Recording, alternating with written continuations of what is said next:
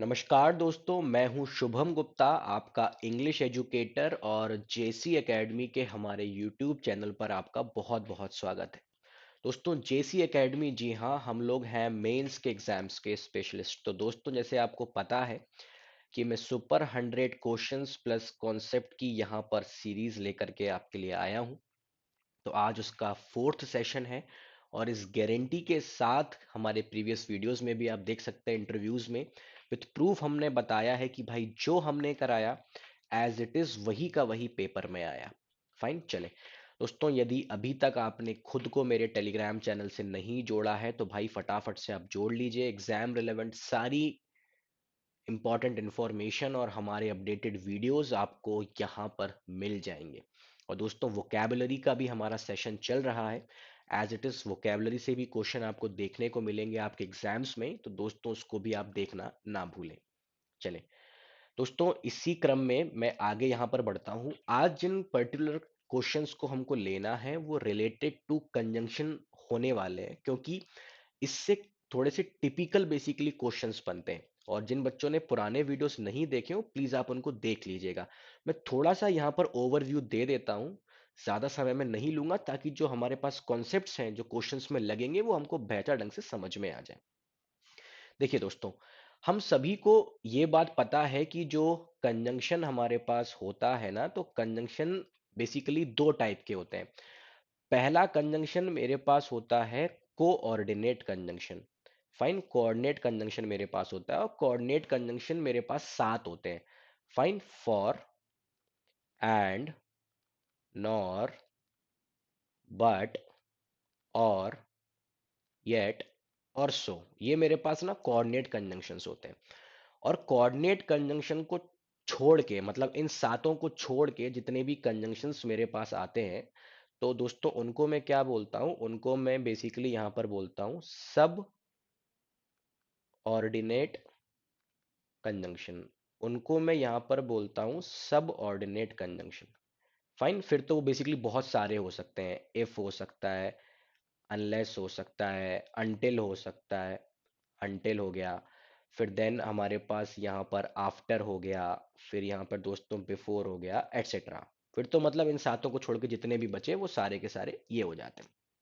Fine, subordinate conjunctions हो जाते हैं। अब दोस्तों बात यहाँ पर यह बेसिकली ये होती है कि दो चीजें हमको सीखनी बहुत ज्यादा जरूरी है। पहली चीज ये कि भाई there is something called as a clause. Clause दोस्तों, क्लॉज का मतलब क्या होता है? पहली बात तो ये होती कि क्लॉज जो स्टार्ट होता है ना, तो क्लॉज की स्टार्टिंग हमेशा हम लोग कंजंक्शन से करते हैं। किस चीज से करते हैं? कंजंक्शन से। दूसरी बात ये होती है कि क्लॉज सेंटेंस का वो पार्ट होता है जिसका अपना सब्जेक्ट होता है और अपना प्रेडिकेट होता है। अपना सब्जेक्ट होता है और अपना क्या होता है? प्रेडिकेट। दोस्तों बहुत ध्यान से सुनिएगा, सबसे टफ क्वेश्चंस इसी चैप्टर से बनते हैं, बहुत आसानी के साथ में हो जाएंगे। मैंने आपसे क्या कहा कि क्लॉज सेंटेंस का वो हिस्सा होता है जो कि अपना सब्जेक्ट, जिसके पास अपना सब्जेक्ट होता है और अपना प्रेडिकेट होता है, पहली बात। दूसरी बात, ये स्टार्ट किस चीज से होता है? तो ये कंजंक्शन से स्टार्ट होता है। मतलब अगर कोई भी क्लॉज होगा तो सबसे पहले कंजंक्शन लिखा होगा, फिर सब्जेक्ट लिखा होगा, फिर प्रेडिकेट लिखा होगा। दूसरी इंपॉर्टेंट बात, सब्जेक्ट पूरी इंग्लिश में दो ही चीजें बन सकती हैं, या तो वो चीज नाउन होगी या तो वो चीज प्रोनाउन होगी। और जो प्रेडिकेट है, प्रेडिकेट की खास बात क्या होती है? प्रेडिकेट की खास बात ये होती है कि प्रेडिकेट जब स्टार्ट होता है तो वो हमेशा वर्ब से स्टार्ट होता है। किस चीज से? वर्ब से। तो मैंने आपको बताया कि अगर कोई भी क्लॉज बनना है तो वो सब्जेक्ट, सॉरी, वो बेसिकली हमारे पास कंजंक्शन से स्टार्ट होगा, फिर उसके बाद एक सब्जेक्ट आएगा, फिर उसके बाद एक प्रेडिकेट आएगा। सब्जेक्ट की स्टार्टिंग नाउन या प्रोनाउन से, सॉरी, नाउन या प्रोनाउन हमेशा सब्जेक्ट बनते हैं, और जो प्रेडिकेट है, प्रेडिकेट की स्टार्टिंग हमेशा वर्ब से होती है। दूसरी बात, दूसरी बात यहाँ पर इंपॉर्टेंट है वो ये है, मैं पहले भी इस चीज का जिक्र कर चुका हूं कि इंग्लिश में मेरे प्यारे दोस्तों, जब कभी भी प्रिपोजिशन लिखी जाती है, जब कभी भी प्रिपोजिशन लिखी जाती है तो प्रिपोजिशन के बाद में प्रिपोजिशन का ऑब्जेक्ट लिखा जाता है। क्या लिखा जाता है? प्रिपोजिशन का ऑब्जेक्ट। अब ये प्रिपोजिशन का ऑब्जेक्ट क्या होता है? प्रिपोजिशन का ऑब्जेक्ट नाउन या प्रोनाउन, कुछ भी हो सकता है, इन दोनों में से कोई भी एक चीज। तो बस आपको यहाँ पर क्लॉज ध्यान रखना है कि स्टार्टिंग कंजंक्शन से, उसके बाद सब्जेक्ट, उसके बाद प्रेडिकेट। फाइन। और एक आपको प्रीपोजिशन वाला कॉन्सेप्ट यहाँ पर ध्यान रखना है कि भाई प्रीपोजिशन के बाद में प्रीपोजिशन का ऑब्जेक्ट आता है, जो कि नाउन या प्रोनाउन कुछ भी हो सकता है। फाइन। अब मैं चार शब्दों का यहाँ पर आपको बेसिकली इंट्रोड्यूस कराना चाहूंगा, और ये बहुत इंपॉर्टेंट है, ध्यान से सुनिएगा। एक तो यहाँ लिस्ट लगी है, जो यहाँ पर मैंने यहाँ पे लिखा है, लेफ्ट हैंड साइड पे ये कंजंक्शन है और राइट हैंड साइड में ये सब चीजें बेसिकली क्या है, प्रीपोजिशन है। ये एक ऐसा नया कॉन्सेप्ट है, इसको आप पहली बार सुनेंगे। दोस्तों, जो बिकॉज का मतलब होता है वही बिकॉज ऑफ का मतलब होता है, जो इन केस का मतलब होता है वही इन केस ऑफ का होता है, जो अनलेस का मतलब होता है वही विदाउट का मतलब होता है, जो दो का मतलब होता है वही डेस्पाइट का मतलब होता है। फर्क कितना होता है? फर्क सिर्फ इतना होता है कि बिकॉज है, इन केस है, अनलेस है और दो है, ये सारे के सारे कंजंक्शंस हैं। Because of, in case of, without और डिस्पाइट, ये सारे के सारे क्या हैं, प्रिपोजिशन है। फाइन। अब इनको यूज किस तरीके से करना है हमारे क्वेश्चन में, आइए हम लोग इस चीज को देखते हैं। दोस्तों, पेपर में आया हुआ ये सवाल, क्या, कि it is impossible to enjoy the party thoroughly without one has plenty of friends and relatives present there। भाई, एक इंसान के लिए पार्टी को thoroughly एंजॉय करना पॉसिबल नहीं है जब तक उसके पास फ्रेंड्स और रिलेटिव्स वहां पर नहीं हो। तो दोस्तों, यहां पर क्या है, बहुत ध्यान से देखो, ये जो शब्द यहां पे लिखा है ना, विदाउट, इसको यहां पर गौर करिएगा। अब बहुत ध्यान से मेरी बात सुनो, कि भाई वन यहां पे लिखा है, वन यहां पर है सब्जेक्ट, वन यहां पर क्या है, सब्जेक्ट, क्योंकि वो प्रोनाउन है। और has plenty of friends and relatives present there, ये यहां पर क्या है, हैज वर्ब है, वर्ब से स्टार्टिंग हो रही है, तो has plenty of friends and relatives present there, ये क्या हो गया, प्रेडिकेट। अब भाई सब्जेक्ट भी है, प्रेडिकेट भी है। मैंने आपसे क्या कहा था, आपको यदि याद हो तो जस्ट पहले वाली स्लाइड में मैंने आपको बताया था कि there is something called as clause. Clause sentence का वो हिस्सा होता है जिसके पास अपना सब्जेक्ट होता है, अपना प्रेडिकेट होता है। सब्जेक्ट वो जो कि नाउन या प्रोनाउन हो तो वो सब्जेक्ट बन जाता है, और प्रेडिकेट की खास बात क्या होती है कि ये स्टार्ट किस चीज से होता है, ये स्टार्ट होता है वर्ब से। तो भाई सब्जेक्ट भी है और प्रेडिकेट भी है, तो मतलब क्लॉज बनने के लिए तैयार है। जब क्लॉज बनने के लिए तैयार है तो सबसे ज्यादा जरूरी क्या बात है क्लॉज बनाने के लिए? क्लॉज बनाने के लिए जरूरत है कंजंक्शन की। फाइन। विदाउट जो हमने लिखा हुआ है, विदाउट तो प्रिपोजिशन है, विदाउट की जगह हम लोग यहाँ पर क्या लिख दें, यहाँ पर हम लोगों को दोस्तों बेसिकली लिख देना चाहिए अनलेस। यहाँ क्या लिख देना चाहिए, अनलेस, क्योंकि वहां पर मैंने बताया हुआ पीछे कि जो अनलेस का मतलब है वही मतलब विदाउट का है, जो अनलेस का मतलब है वही मतलब विदाउट का है। डिफरेंस कितना है कि अनलेस है मेरे पास कंजंक्शन, और विदाउट है वो मेरे पास क्या है, प्रिपोजिशन। तो भाई जब सब्जेक्ट और प्रेडिकेट दोनों चीजें हैं तो क्लॉज बनेगा, क्लॉज बनेगा तो कंजंक्शन लगाइए।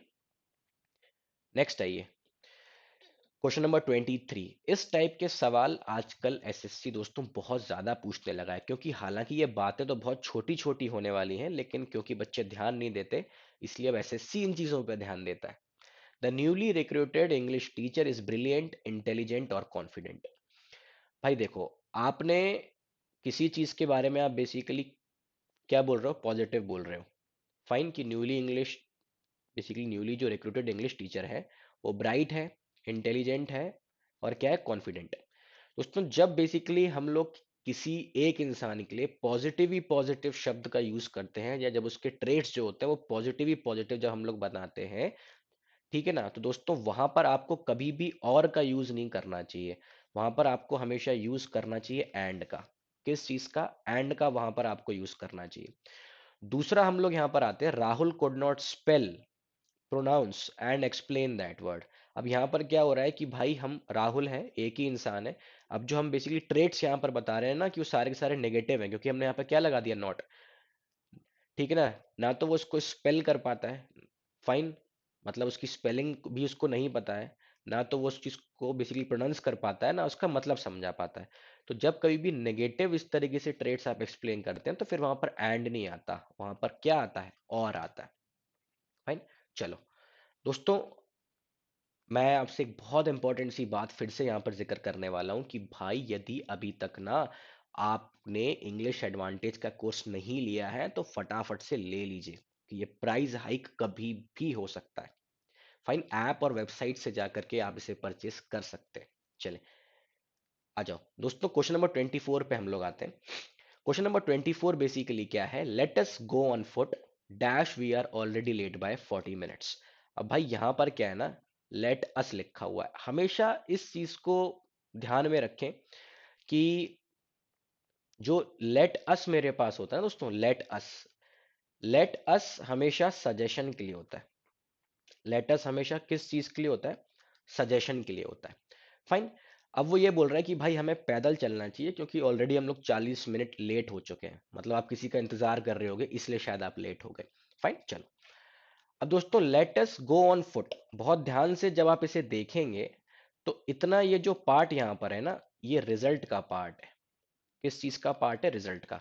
Dash we are already late by 40 minutes, तो इतना ये बेसिकली किस चीज का पार्ट है, ये मेरे पास पार्ट है रीजन का। किस चीज का, रीजन का। दोस्तों अब ना आपको यहां पर बीच में एक ब्लैंक यहां पर दोस्तों गिवन है, और यहां पर आपको बेसिकली फिल करना है। तो यहां पर आपको रीजन वाला पार्ट बेसिकली फिल करना होगा। दोस्तों देखो नीचे ना मैंने एक टेबुलर कॉलम बनाया हुआ है, और ये सारा का सारा जो टेबुलर कॉलम मेरे पास है वो असर्टिव सेंटेंस के लिए। किसके लिए, वो मेरे पास है असर्टिव सेंटेंस के लिए। फाइन, तो ऊपर वाला जो बेसिकली सेंटेंस है वो एक असर्टिव सेंटेंस है। तो यहां पर बिकॉज, एज, सिंस और फॉर ये हम लोग रीजन के लिए यूज करते हैं, और सो, देयरफॉर, दैट्स वाई और हेंस ये हम लोग यूज करते हैं किस चीज के लिए, रिजल्ट के लिए। दोस्तों देखो यहां पर क्या है ना, जो देयरफॉर है और हैंस है, ये एक्चुअली में एक एडवर्ब है, लेकिन यूज किसकी तरह होता है, कंजंक्शन के लिए। इसी प्रकार से हैंस एक एडवर्ब है, यूज किसकी तरह होता है, कंजंक्शन की तरह। हमेशा इस बात का ध्यान रखें, जब भी कोई चीज यदि एडवर्ब है लेकिन उसका यूज आप कंजंक्शन की तरह कर रहे हो, तो उस पर्टिकुलर शब्द के पहले या तो हमेशा फुल स्टॉप आएगा या सेमीकोलन आएगा। मतलब देयरफॉर के पहले, क्योंकि देयरफॉर एक एडवर्ब है जिसका इस्तेमाल कंजंक्शन की तरह आप कर रहे हो, तो उसके पहले या तो फुल स्टॉप आएगा या सेमीकोलन आएगा। सिमिलरली हेंस के पहले, जस्ट पहले या तो फुल स्टॉप आएगा या सेमीकोलन आएगा। अब हमको जो बेसिकली पार्ट यहाँ फिल करना है, वो हमें पार्ट करना है रीजन वाला। मैं आपको बता चुका हूँ ये रीजन का पार्ट है। अब रीजन का पार्ट तो बिकॉज भी हो सकता है, सो नहीं हो सकता, ये रिजल्ट का पार्ट है। फॉर भी हो सकता है, देयरफॉर नहीं हो सकता क्योंकि रिजल्ट का पार्ट है। तो मुझे बिकॉज और फॉर में से किसी एक चीज को चुनना है। ये दोनों के दोनों रीजन के लिए होते हैं, और यहां पर मेरा आंसर आने वाला है फॉर। क्या आएगा यहां पर मेरा आंसर, फॉर। उसका रीजन है, फॉर क्या है, कोऑर्डिनेट कंजंक्शन है। कैसी कंजंक्शन है, कोऑर्डिनेट कंजंक्शन।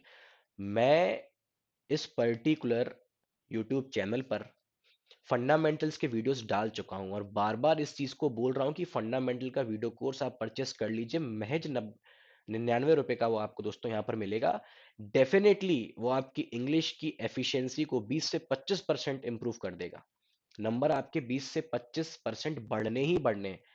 जो बच्चा इसको कुछ भी नहीं आता उसके लिए तो वो एक रामबाण औषधि है, जिसको आता है फाइन, उसके कॉन्सेप्ट्स को वो और ज्यादा पॉलिश कर देगा। वहां पर मैंने इस चीज को बताया हुआ है कि सेंटेंस के बीच में हमेशा कोऑर्डिनेट कंजंक्शन यूज होता है, और उसके पहले ना कॉमा आता है।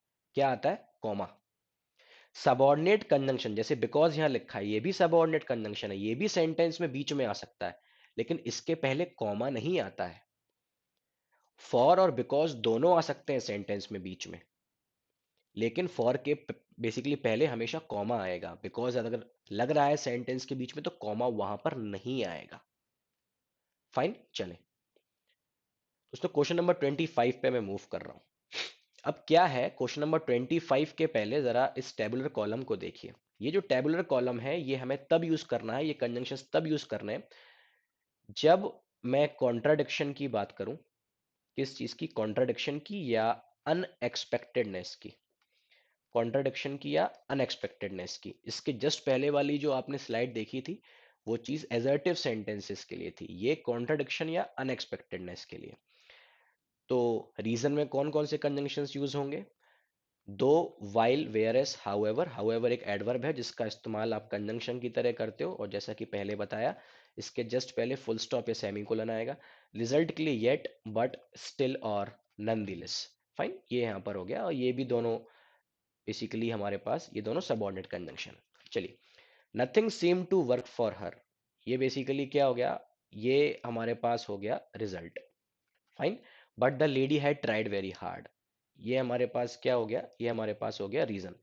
यार एक चीज को ध्यान में रखो कि यहाँ पर सेमीकोलन लगा हुआ है ना, तो रीजन के पार्ट में सेमीकोलन कहाँ आ सकता है, वैसे भी ये कॉन्ट्राडिक्टरी है सेंटेंस कि भाई इतनी ज्यादा कड़ी मेहनत करी थी फिर भी चीजें काम नहीं कर रही थी उसके लिए, तो भाई कॉन्ट्रडिक्शन है।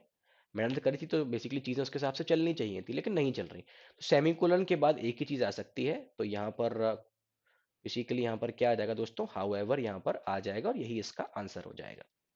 चलिए नेक्स्ट आते हैं क्वेश्चन नंबर 26 पे। Dash Abhinandan was a brave heart, he decided to join the Indian army. पहली बात तो ये देखो कि ये जो हमारे पास बेसिकली जो हमारे पास क्वेश्चन है दोस्तों, यहां पर कहीं पर भी कॉन्ट्राडिक्शन नहीं है, यहां पर कहीं पर भी कॉन्ट्राडिक्शन नहीं है। फाइन, ये बेसिकली एक एजर्टिव सेंटेंस है।